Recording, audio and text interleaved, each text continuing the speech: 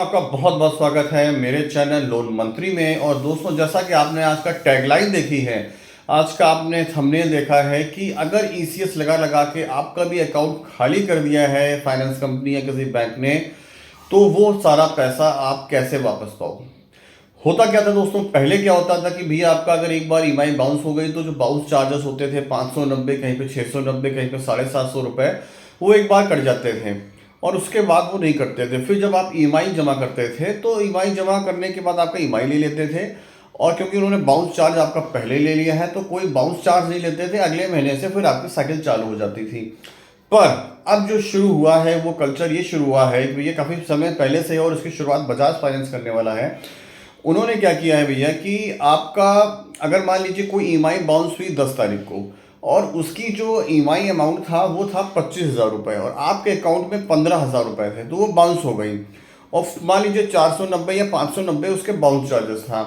तो भैया same day तो 590 वो काट लेते थे। फिर लगातार वो एक दिन में 4 4 बार 5 5 बार करके, अगले दिन में 2 2 3 3 बार करके आपका जो 15,000 रुपये था वो भी ज़ीरो पहुंच जाएगा, इवन माइनस में कुछ पहुंच जाएगा, और वो लगातार आपको स्ट्राइक यानी ईसीएस हिट करता रहेगा। इससे होता क्या था कि आपका जो 25,000 का तो था लॉस, वो तो उसमें वो तो बाउंस हुआ ही हुआ, 15,000 रुपये और आपके चले गए। तो ये अक्सर अभी भी हो रहा है और इसका खामियाजा लोग भुगत रहे हैं। हालांकि ईएमआई बाउंस नहीं करानी चाहिए, परंतु हो गई है तो ये कोई अर्थ नहीं बनता है कि बैंक या फाइनेंस कंपनी ऐसा कर दे। अब क्वेश्चन ये आता है भैया इसको कैसे बचाएं। बचाने से पहले आपको एक बात बता दूं, अगर भी आप घर बैठे फ्री डीमैट अकाउंट देश की सबसे बड़ी कंपनी एंजल ब्रोकिंग में खोलना चाहते हैं तो डिस्क्रिप्शन बॉक्स में लिंक दिया है, वहां जाइए, life time free demat account खोलिए एंजल ब्रोकिंग में। तो दोस्तों, अब होता क्या है कि आपको क्या करना है कि आप उसका स्टेटमेंट निकाल लीजिए। स्टेटमेंट निकालने के बाद जहां भी आपका ईसीएस हिट हो रहा है, जिस भी बैंक का, वहां पे जाके अप्रोच करिए और उनको बोलिए भैया कि 15,000 रुपये थे, 15,000 रुपये मेरे काट लिए गए हैं, अब मेरे पास मेरा 15,000 का लॉस हो चुका है और आपको केवल एक ही बार अधिकार है, बार बार आप हिट नहीं कर सकते हो। वहां पे मैनेजर को आप एप्लीकेशन दीजिए और बोलिए नेक्स्ट ईएमआई तब होगी जब हमारा ये पैसा रिफंड हो जाएगा, otherwise I will go on Twitter. आप ट्विटर में जा सकते हैं, बैंकिंग ऑम्बड्समैन में जा सकते हैं, कंज्यूमर फोरम में जा सकते हैं, और कुछ मत करिए, ट्विटर में भी अगर आप जाते हैं वहाँ पे टैग कर देते हैं कुछ 2 4 कंपनीज को,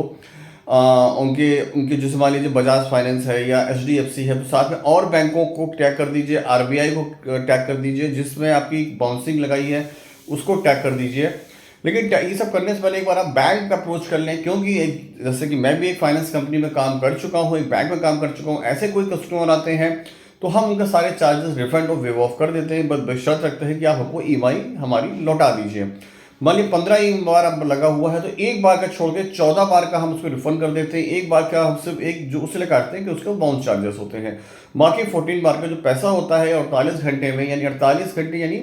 2 वर्किंग डेज में उसके अकाउंट में आ जाता है। आपको ट्विटर या तो जाने की जरूरत ही नहीं पड़ेगी, आपको जाना है और बैंक में सिर्फ एक रिक्वेस्ट देनी है। और ये हिट क्यों करता है, इसका रीज़न ये होता है क्योंकि वो इलेक्ट्रॉनिक क्लियरिंग सिस्टम होता है, वो लगातार वो कंप्यूटर में से फीड कर देते हैं, तो लगातार वो हिट करता रहता है, कुछ मैनुअली नहीं किया जाता है।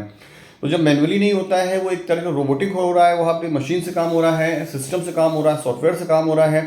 तो वहाँ पे आपको जो बैंक में आप जब जाएंगे और बोलेंगे भैया आपको ईएमआई जमा करनी है, हमारे सारे चार्जेस वेव ऑफ करो, वो आपके सारे चार्जेस वेव ऑफ कर देंगे, लेकिन आपको पहले जो ईएमआई बाउंस होगी वो देंगे।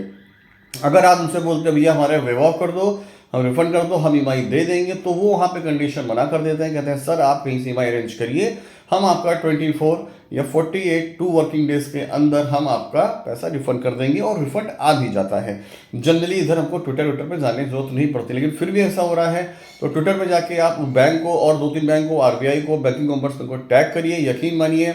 वो बैंक वाले और वो आपको पीछे पीछे आएंगे, भैया हमारा पैसा जो है हम वापस ले लो, और ये जो हमारा सोल्यूशन है यानी सोल्यूशन हो गया ऐसा, वहाँ पे आप अपडेट कर दो। तो जानकारी कैसी लगी, अच्छी लगी तो इसको लाइक कर देना, वीडियो को सब्सक्राइब कर दे, सॉरी यूट्यूब को, मेरे चैनल को सब्सक्राइब कर दीजिएगा। नेक्स्ट वीडियो फिर से मिलेंगे, तब तक नमस्कार, जय हिंद, वंदे मातरम।